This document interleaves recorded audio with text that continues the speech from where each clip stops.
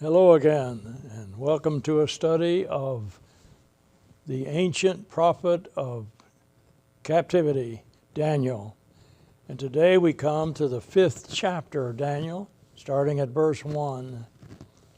Daniel was in captivity in Babylon and Persia. He lived there for a long time in his life, from the time probably when he was a teenager all the way into his 80s. Great prophet to study. He has as much to say about the coming of the Messianic kingdom as any of the prophets, and he is very precise when he does that. Well, I'm not in Babylon or Persia today. I'm in the studios of the Gospel Broadcasting Network, the great work of the Churches of Christ. Don Blackwell is the director, but we have many good brothers and sisters working here, doing a great job in getting the Word of God to all those interested enough to watch. My name is Keith Mosher. I'm one of the instructors at the Memphis School of Preaching. A great privilege for me to be there. Been there a long time. But I'm so glad to be studying the book of Daniel. And we come today, as I've already said, to chapter 5, verse 1. Let's take a moment and kind of outline the chapter. The king of Babylon that we're going to read here is Belshazzar. He's the last king of Babylon. And he's going to get a message on a wall, and that message is going to come from God. And it's going to tell Belshazzar that the end was then. When we open up this chapter in the first 4 verses, we're reading about a king having a liquor-filled party. Let's call it booze and idolatry in the king's court, verses 1 through 4. When we get to chapter 5, verses 5 through 9, there will be panic at this party, and there will be humiliation in the king's court. And then when we get to verses 10 through 16, Daniel will come on the scene. God's man will come to the party, but not to be part of the party. And then in verses 17 through 24, we'll read the indictment from God of King Belshazzar. And then finally, in the end of the chapter, from verses 25 through 30, God's order of punishment for Belshazzar will be recorded.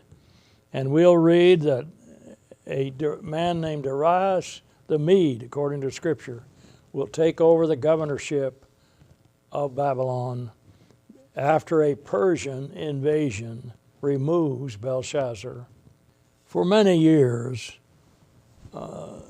people who love to attack the Bible mocked this chapter in Daniel. In fact, they mocked the Bible by saying, we have no historical record that Belshazzar was ever king.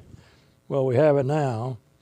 And the inscriptions that have been uncovered in the area of modern today Iraq have shown us that Belshazzar was a co-regent with his father Nabonidus. And Nabonidus, we'll discover, was off building a temple to his god. And so Belshazzar was back in Babylon running things, but they were co-regents. And if you look with me at chapter 5, verse 7 of Daniel, you'll notice that he never calls Belshazzar, Daniel doesn't, the supreme king. Here's what he calls him.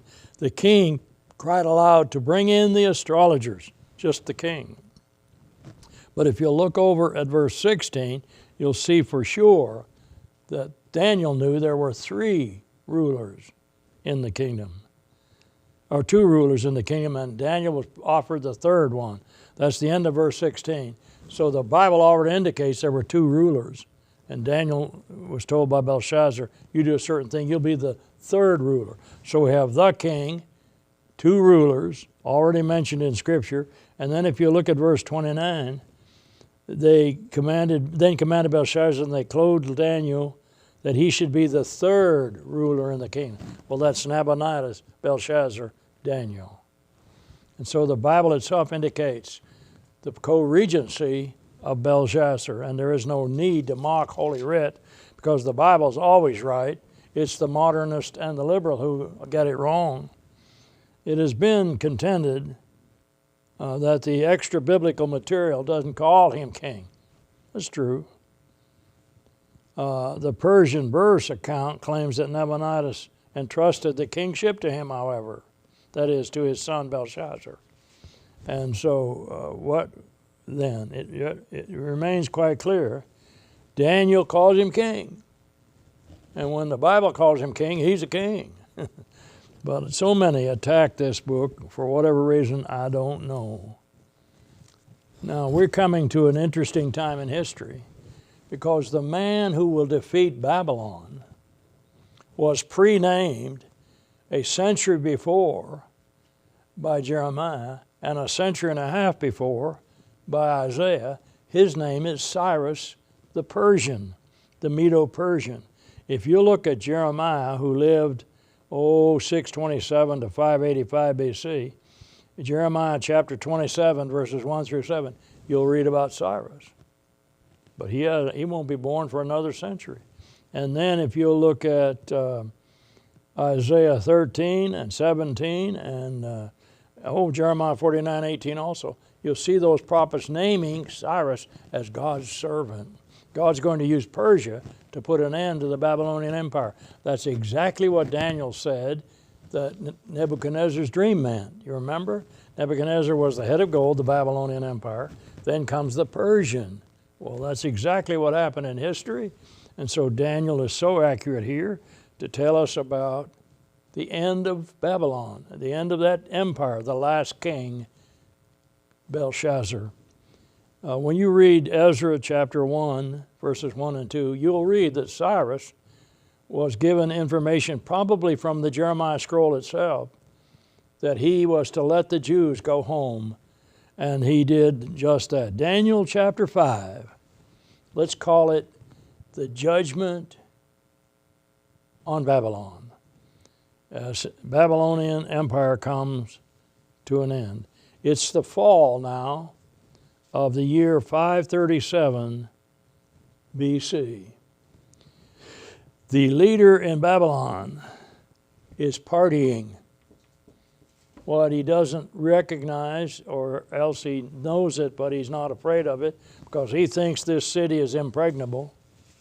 Nobody can get through his defense, but the one standing outside the gates is a man named Cyrus, and his army has surrounded the city of Babylon. Okay? 537 BC, and an army is surrounding Babylon. It's a Persian army led by Cyrus. And so we have the first verse of chapter 5 now. Belshazzar the king made a great, King James says feast, I'm going to call it a party, to 1,000 of his lords, and drank wine before the 1,000. Everybody was having a boozy time in the king's court. Well, a playboy parties, first 4 verses. Then the playboy awakes, next few verses. Then he's weighed in the balances, the playboy is, and finally the playboy dies. And I don't think there's a better way to remember chapter 5. This playboy, who thinks that he cannot be touched in the great walled city of Babylon, is partying while an army is surrounding his city. He's having a good time. He's also the grandson of Nebuchadnezzar. He is also the son of Nabonidus, Belshazzar is. And 1,000 are in attendance at this party. Did you notice how large this party is? None of the other leaders are worried about the army surrounding the city either. Well, it's interesting. Was he trying to drown his sorrows? Well, let's get drunk. We're going to die anyway. I don't know if I can read that into the text. There was a cylinder found in 1853, and on each corner of that cylinder,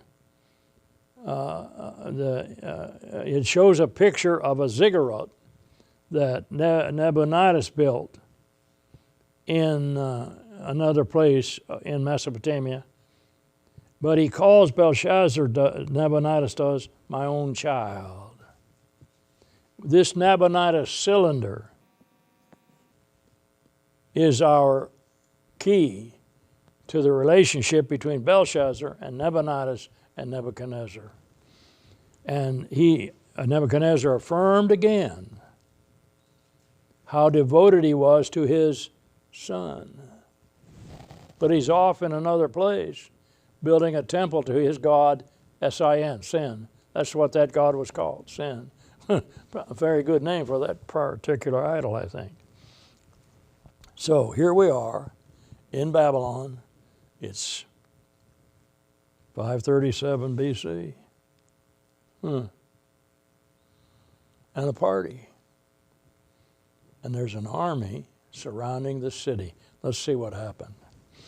Belshazzar, whilst he tasted the wine, watch this. He is so evil that he decides to use all of the golden instruments taken out of the very temple of God from Jerusalem as a party container. He wants to drink the wine from those golden vessels. And so he's commanded to bring the golden and silver vessel, which his father, well, that's the Hebrew way of relationship.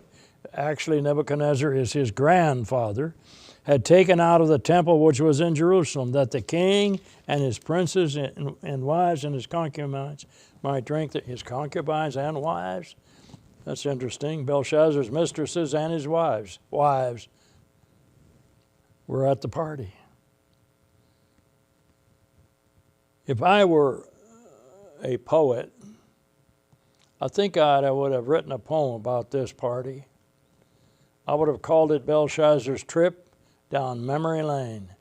Oh, he's just aggrandizing over the fact that Nebuchadnezzar, his grandfather, had captured that god in Jerusalem.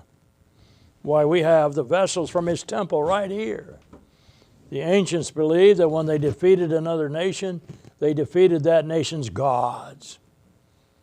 And so I'm wondering, did Belshazzar have that same attitude toward Jehovah? Seems he did, because he wants to drink wine, have a party with the golden vessels out of the temple. The gold from Solomon's temple. You remember. In fact, God had predicted that this would happen. In the book of Jeremiah, chapter 20 and verse 5, if you'll want to open there, we're going to read an interesting statement from Jeremiah about this kind of thing. Moreover, I will deliver all the strength of this city, God said, and the labors thereof, and all the precious things thereof, and all the treasures of the kings of Judah will I give into the hands of their enemies, which shall spoil them and take them and carry them to Babylon. Well, God was punishing Judah and Benjamin, the southern kingdom, for their idolatry and their foreign alliances and their rebellion against him. And so he prophesied through Jeremiah that I'm going to give all that gold and all of that temple paraphernalia to the enemy. I'm going to let the Babylonians take it. And when we get over here to Daniel chapter 5, here is this wicked king having a party and using those instruments. In fact, in the second verse of chapter 1 of Daniel, you have mention of how the temple was desecrated. If you want to study this in its historical context, you'll have to open up to 2 Kings chapters 20 through 24. Well, actually through 25. And that will give you a background of the Babylonian invasion of the southern kingdom. Actually, there were 3 trips by Nebuchadnezzar into that southern kingdom. He came once in 606 when he took Daniel and the 3 Jewish fellows and some of the seed royal into captivity. He came back in 590 BC, 606 BC, then 590 BC, and then he came back in 586 BC, and on that trip he burned down the temple, destroyed the city. That would be the city that Nehemiah would find when he came back to start rebuilding the walls. And so we have here Belshazzar now, Nebuchadnezzar's grandson, ordering that those vessels be brought. That's an interesting bit of information. Certainly is. Why would God have that recorded? Well, God might have allowed the enemies to take those, but they're going to come back to God. When it's His time, and in His time, He will bring them back. They don't belong to Belshazzar. And so, let's read verses 3 and 4 now. This is Daniel 5. Then they brought the golden vessels, isn't that awful? That were taken out of the temple of the house of God, which was at Jerusalem. And the king and his lords, his leaders, his wives and his concubines, the king's wives and mistresses, all at this party, drank in them. They're all there. They drank wine and praised the gods of gold and of silver, of brass, of iron, of wood, and of stone. We were having a good old time in the king's court. Debauchery, drunkenness, and then idolatry. They're praising their gods. Look what we did. Why, that Yahweh over there in Jerusalem, He's not so tough. We beat Him.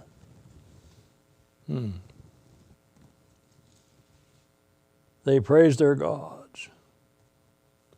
They changed the image of the invisible God into one of man or beast or creeping thing or cattle. You remember Romans chapter 1? They were trying to change the image of God. Romans 1:22. They imagined a God like them. We can't imagine that Jehovah's like us. Isaiah 55, 8 and 9, folks. Isaiah said that God doesn't have the thinking processes we do. His thoughts are not our thoughts. God doesn't have the machinations we do. His ways are not our ways. As He is so much higher than we are. But at this drunken party, they're praising the gods of gold and silver and brass and stone and wood. Look what we did. Look what our gods did. Why, isn't that something? Let's read verse 5. In the same hour, they're all drunk now, a finger of a man's hand started writing on the plaster on the wall where it could be seen over against a candlestick. There's light there, and here's a finger just suspended in space writing on the wall of the king's palace. And the king saw the part of the hand that wrote. God projected human fingers to write on that wall. Let's go back to Jeremiah 27 for a moment. And I want to take a look at a verse here. Well, a couple of verses, because I'm reminded of this kind of thing. These are verses 21 and 22 of Jeremiah 27. Now, God projected a human hand here. And that's all you see. All Belshazzar saw was a human hand and a finger writing on the wall. Yea, thus saith the Lord of hosts, the God of Israel, concerning the vessels that remain in the house of the Lord and the house of the king of Judah and of Jerusalem, they shall be carried to Babylon, and there shall they be until the day that I visit them. Until the day that I visit them, saith the Lord. Then will I bring them up and restore them to this place.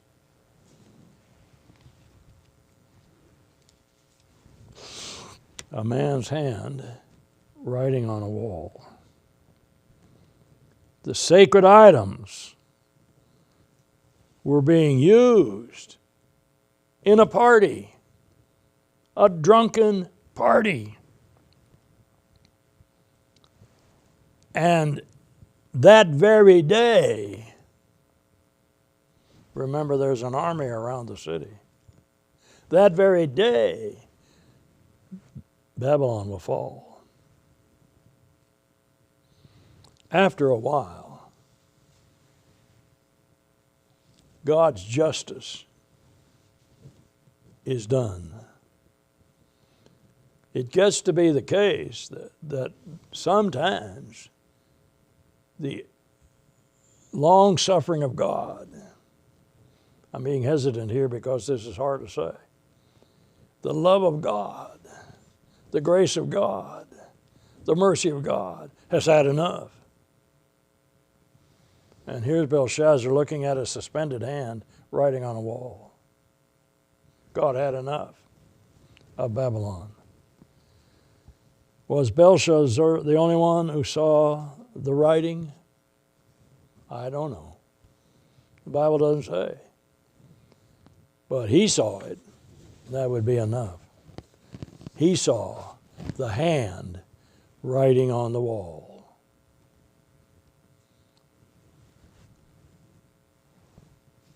Then the king's face was changed. His face was changed. I'm going to suggest that he had a panic attack. This is verse 6, Daniel 5. The king's countenance, his face, was changed, and his thoughts troubled him.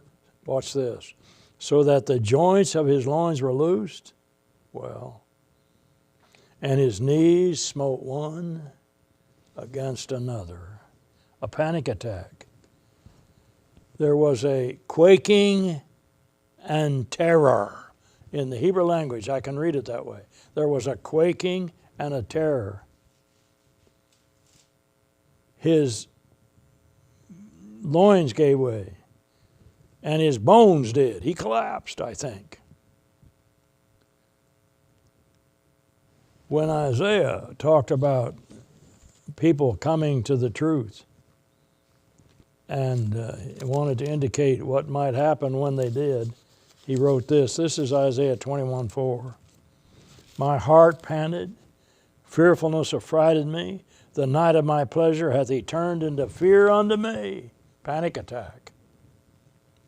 A panic attack. I suppose if I saw a hand suspended in midair, I might shake too. Never seen anything like that. And it's writing on the wall. And so the king collapses. Now I'll read verses 7 and 8 with me. The king cried aloud to bring in the astrologers, the Chaldeans, and the soothsayers. You know, that's amazing. His grandfather did the same thing. They always seem to go to these Chaldeans before they ever think about the one who can really tell them what's going on in their lives. Daniel. But they call their own soothsayers. They're astrologers. Want to know what their horoscope is, I guess. The Chaldeans, the so-called wise men. Well, Daniel was the chief of the wise men. But he didn't think to call him. He calls these men. And the king spake and said to the wise men of Babylon. Well, if those were the wise men of Babylon, then Babylon had not very many wise men. In fact, she had none. They were not God-fearing people, therefore they were unwise and godless. Now, the king says to the wise man, whosoever shall read this writing and show me the interpretation thereof, watch this, will have a cloth of scarlet, a chain of gold about his neck, and shall be the third ruler in the kingdom. Third ruler? Yes. Nabonidus, Belshazzar, and whoever the wise man is who could interpret this situation. None of them could do that. They just couldn't do it. They failed again. Listen to verse 8. Then came in all the king's wise men, but they could not read the writing. nor make known to the king the interpretation thereof. You know, these folks knew many languages. They were trained in them, part of their job. But that handwriting on the wall was unknown to them. They didn't know what it was. If the writing was in Aramaic,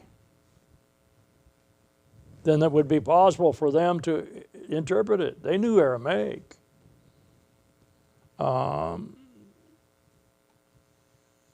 The riddle of these things in Daniel 5 has been discussed over and over again in articles in the Journal of Biblical Literature and other places as to what this language was. Well, it's an interesting thought here, but they can't interpret it. So listen to verse 9 here now. Then was King Belshazzar greatly troubled, and his countenance was changed in him, and his lords were astonished. Now everybody at the party is stunned. Are they all shaking in their boots? I suppose. The king himself can't get a good answer from the Chaldeans. In English, the letters would be interesting that were on the wall that we get from this text over there in verses 25 through 28. But in English, you'd have the letters MNH, TGLPRS. Well, I don't know what that is or how to pronounce it. Now, the Aramaic language was written without a word divider, just straight through like our ancient Greek unsealed manuscripts, just letter after letter.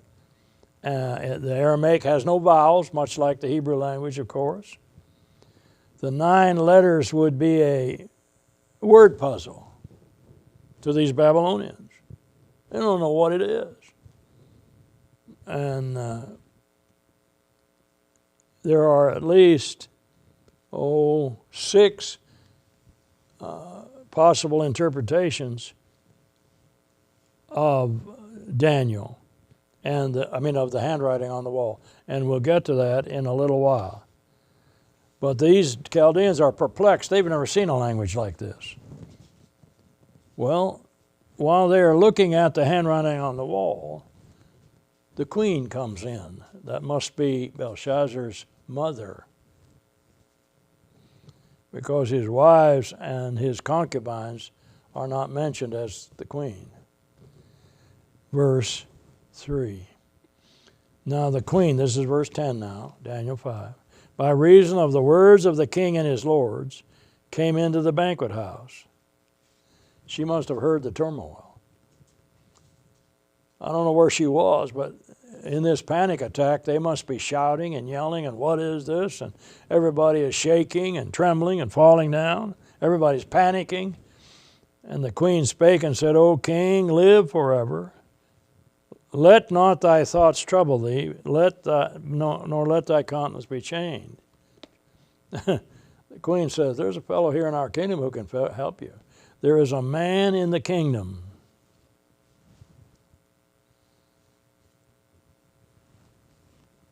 in whom is the spirit of the holy gods. Notice what she says about Jehovah. She still thinks of Daniel as having holy gods, separate gods. And in the days of thy father, light and understanding and wisdom, like the wisdom of the gods, was found in him, whom the king Nebuchadnezzar, thy father the king, that is his grandfather, thy father, made master of the magicians, astrologers, Chaldeans, and soothsayers. Again, why did Belshazzar forget about that? And it's the case that we now are hinted at by implication. Well, we're not hinted at. By implication, we know Daniel's still in Babylon. He's around where Belshazzar can reach him. And so what we have here in chapter 5 is one day in history. Just one day. a day of partying and debauchery and idolatry and panic attacks. What would you like to be doing on the last day of your life? Partying? Living it up? You might have a panic attack too if you live like that. If Daniel's still in Babylon, he must have had a residence because he could pray from it, you remember. Now, Belshazzar has to be a little bit out of it. Watch this. As his mother says to him, verse 12 now, for as much as an excellent spirit and knowledge, understanding, interpreting of dreams, and showing of hard sentences, and dissolving of doubts were found in the same Daniel, whom the king named Belteshazzar, now let Daniel be called, and he will show the interpretation. Well, Belshazzar heeds his mother's advice. And when Daniel gets there, watch what Belshazzar asks him, or says to him. Then was Daniel brought in before the king, and the king spake and said unto Daniel, art thou that Daniel? What? He's the head of your wise men there, Belshazzar. He said, are you that Daniel which art of the sons of the captivity of Judah, whom the king my father brought out of Jewry? He has to ask him who he was. Well, that's interesting. If he were the prophet, his father, that is, grandfather, had captured. Isn't that strange? He must have just ignored Daniel completely, this Belshazzar. Another hint at how evil he was. He didn't care about what this man of God had to say. In fact, he forgot all about the fellow. It reminds me of the one in prison with Joseph, who forgot all about him after that man got out of prison. And he forgot he was going to help Joseph. Now, Belshazzar kind of butters up Daniel. Watch, this is verse 14. I have even heard of thee, that the spirit of the gods is in thee, and that light and understanding and excellent wisdom is found in thee. And now, the wise men, the astrologers, have brought in before me. Now, they're standing right there. These are the people who hate Daniel. These are the people who put him, arranged it so he'd be thrown in the lion's den. They don't like Daniel.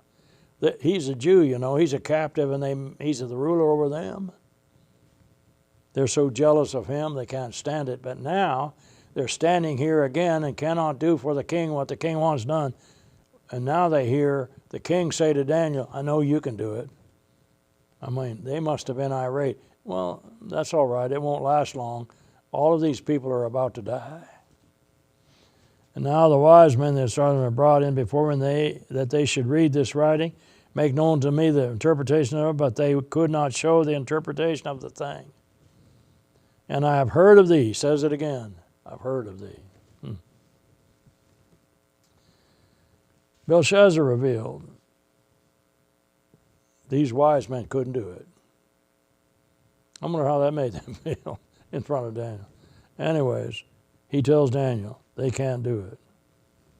Now, he said, Daniel, here's what I'll do for you if you'll do it. Now, if thou canst read the writing and make known to me the interpretation thereof, watch him try to bribe a man of God. Watch this. Thou shalt be clothed with scarlet and have a chain of gold about thy neck, and shall be the third ruler in the kingdom. Daniel, here's the reward you'll have if you'll just tell me what this writing is.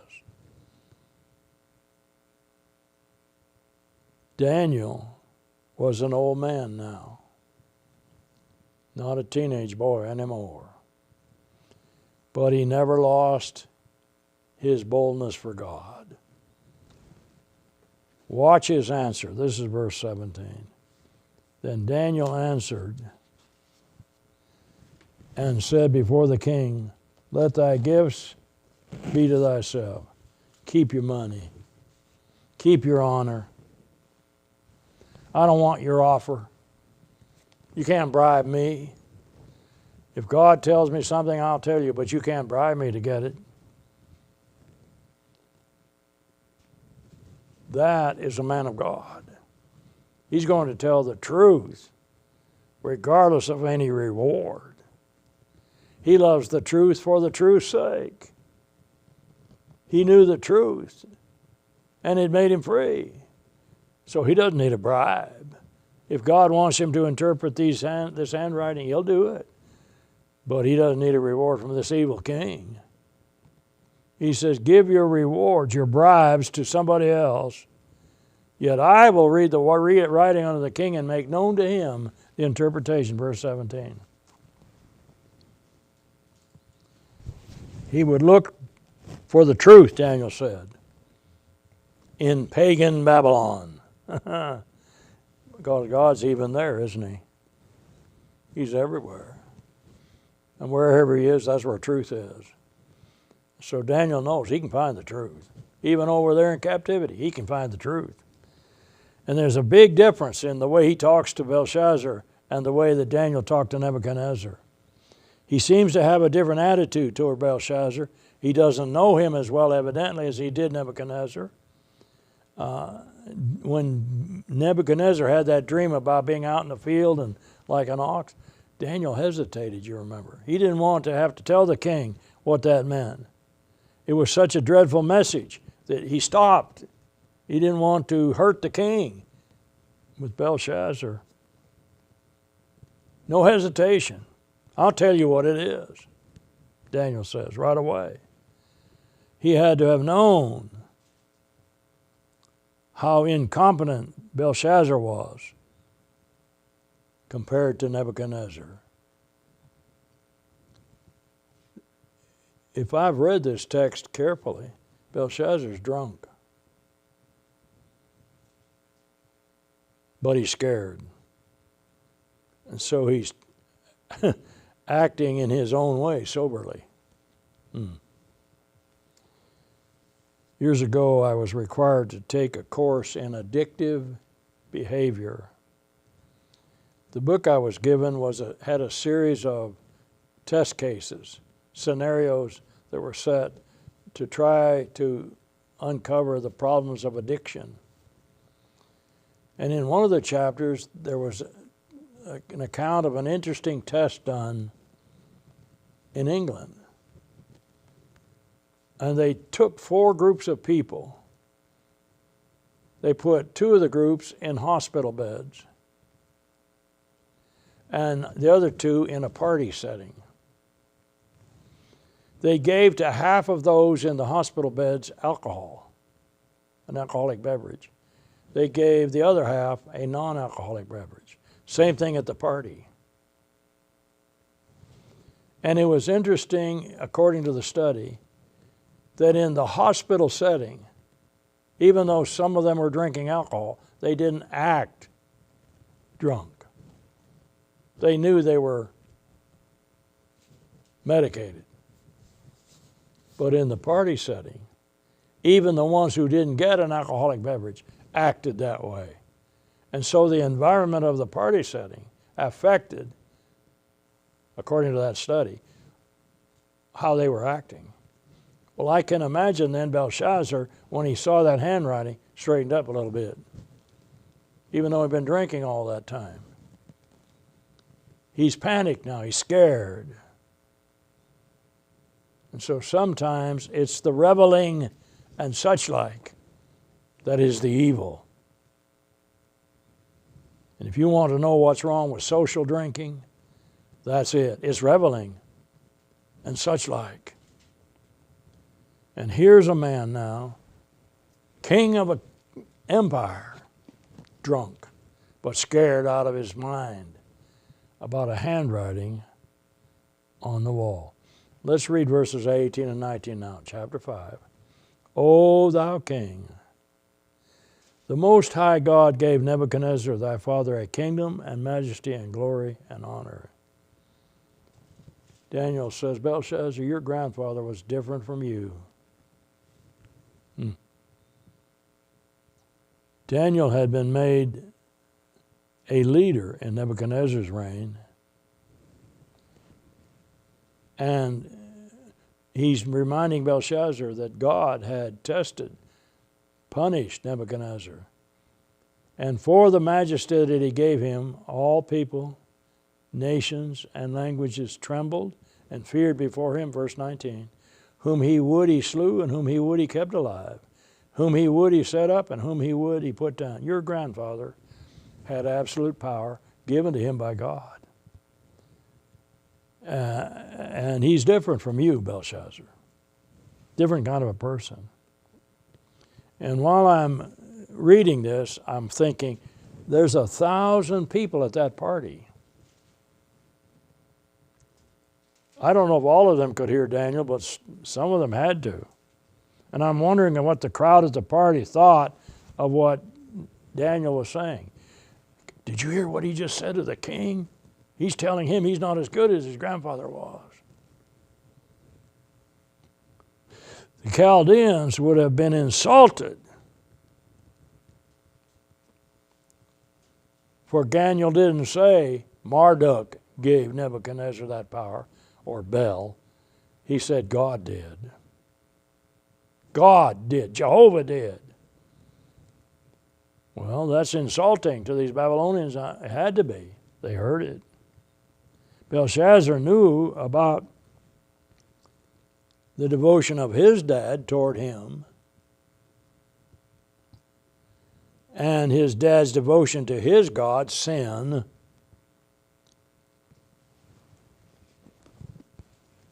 And here's Daniel saying, you know, there was one time when you had a powerful king. He was your grandfather. God put him there. For Nebuchadnezzar himself had to learn that the Most High rules in the affairs of men. He raises up those whom he will. Same lesson now. Watch verses 20 and 21.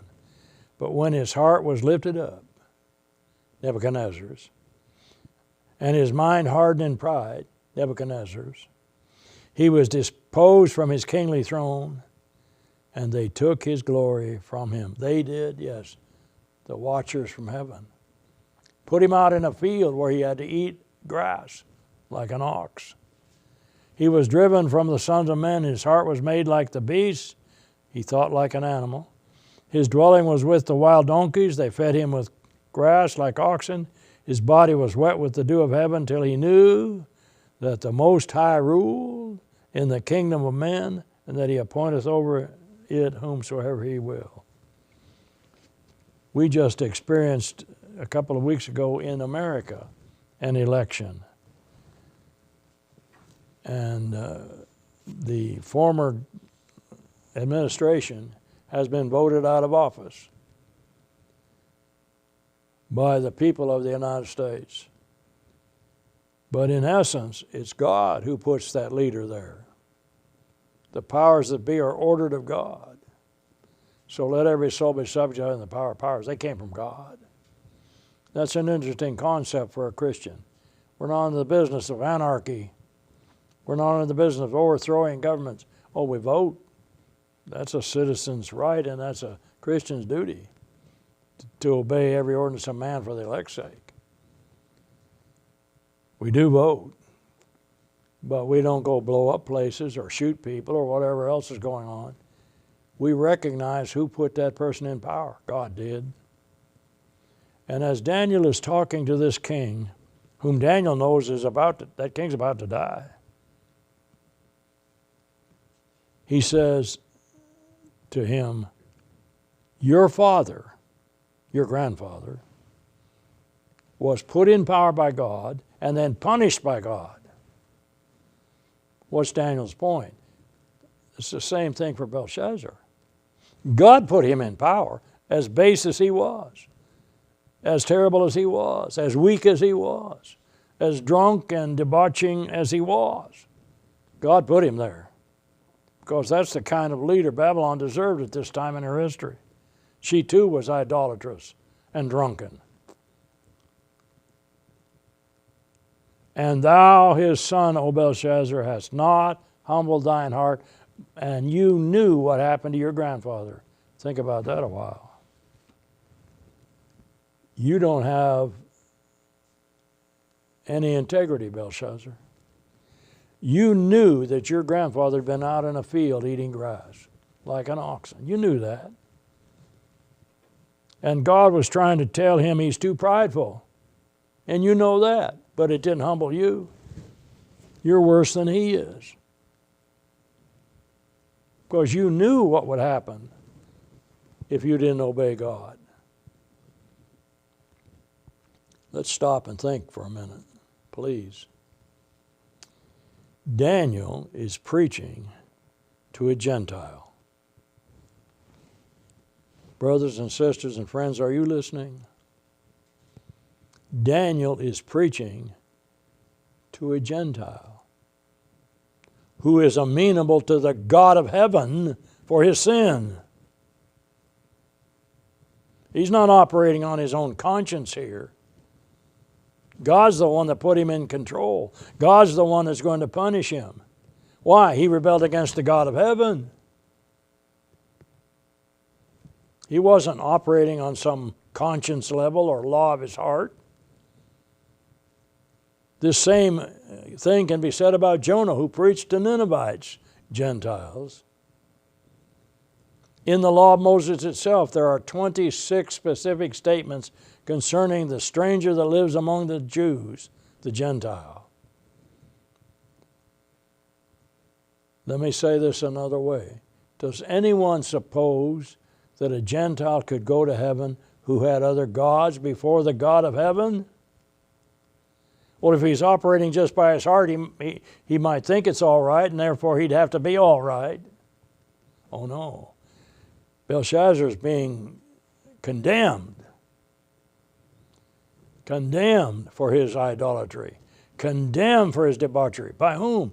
God, the God of heaven, the only living God.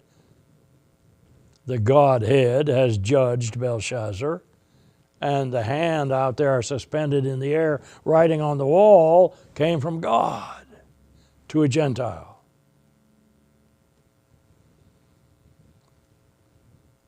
Anyone today who will reject the teaching of Jesus is going to be judged by the teaching of Jesus.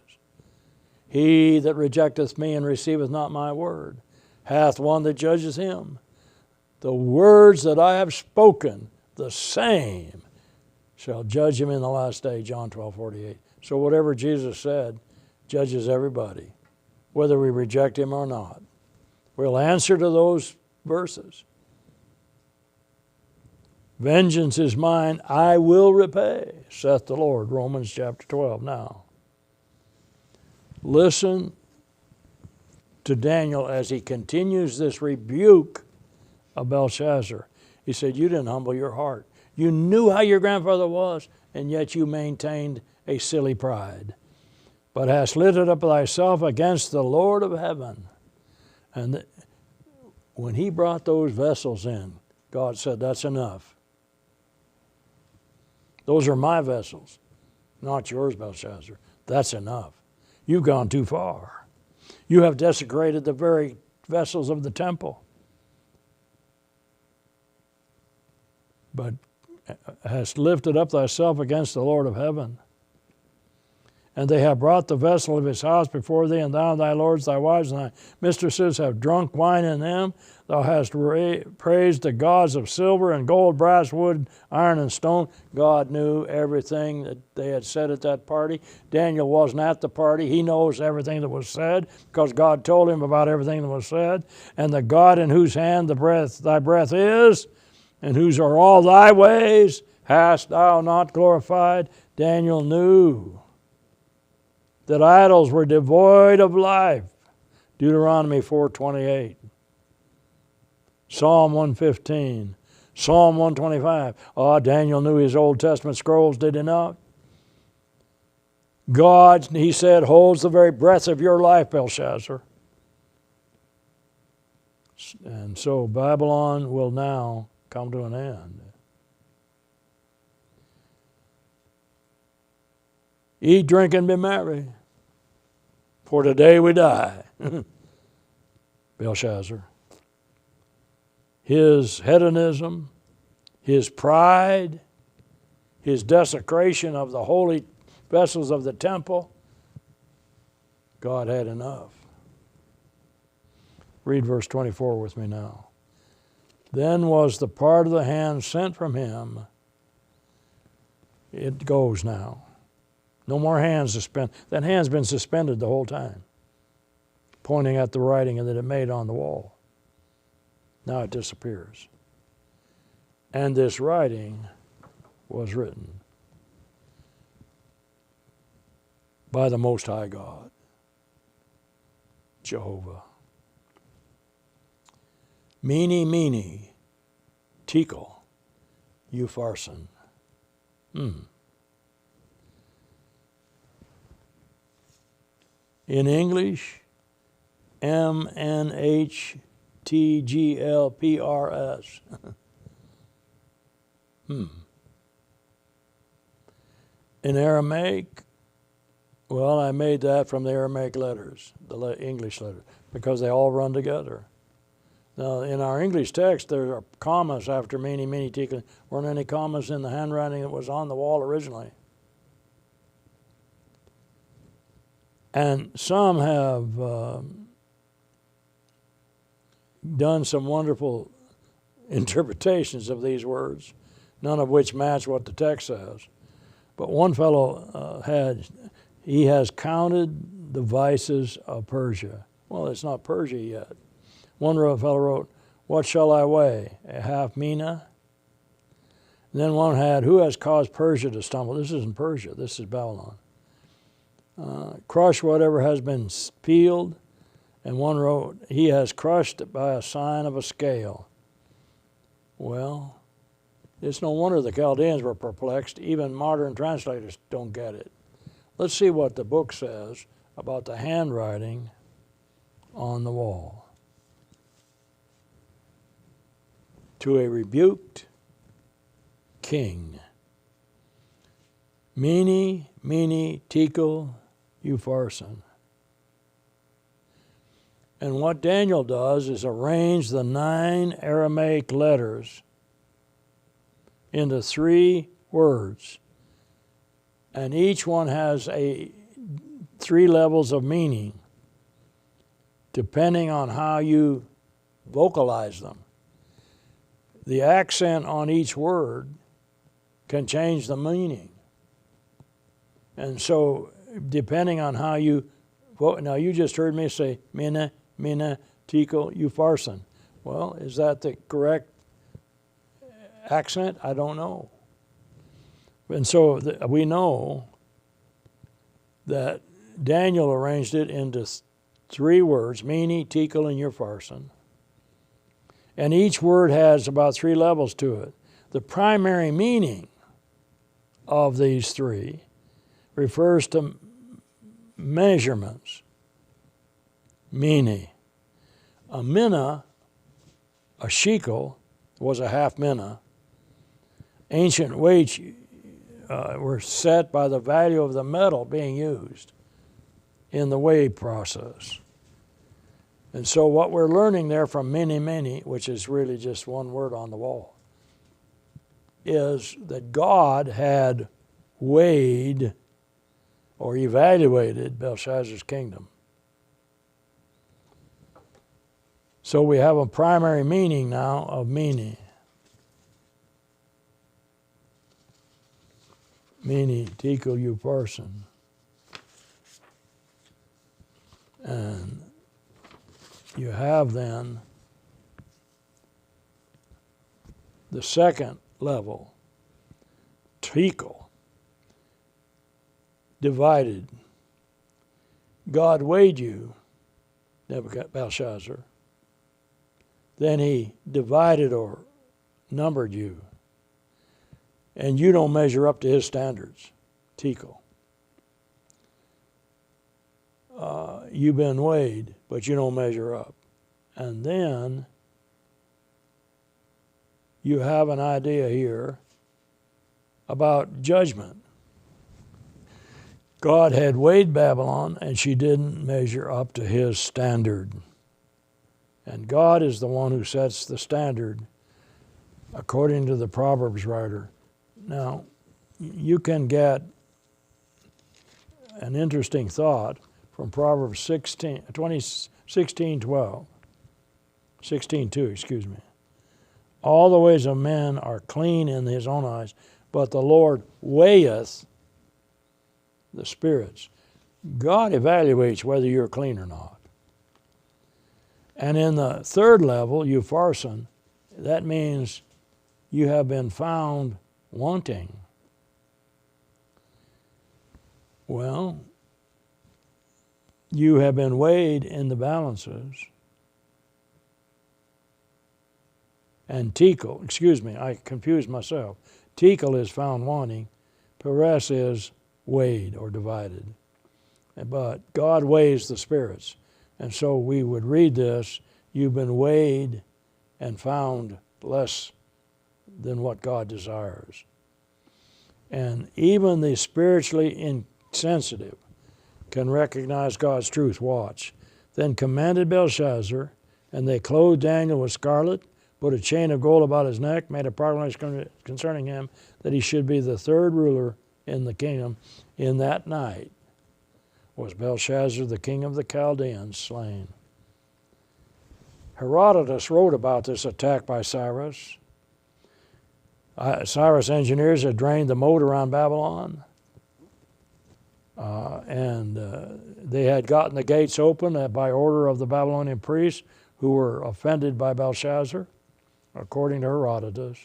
Well, God predicted both, Isaiah 44 and 45. Babylon was so big an army could occupy, and Belshazzar would never know it, for one thing. It's a huge city. But Herodotus says they were still partying when Cyrus broke in, and when he did, Xenophon wrote that it was a time of high festival in Babylon. Cyrus knew that, and they came in, and his guards killed Belshazzar. Verse 31 of Daniel 5 belongs to the next text, so we hold up on that. According to Xenophon, they found the king on his feet with his drawn sword in his hand, overwhelmed him, and slew his entire group. Xenophon says that Nabonidus was captured and Cyrus spared his life. I don't know why he spared Nabonidus but killed Belshazzar, but I do know that God was in charge of an ancient, drunken Babylonian king.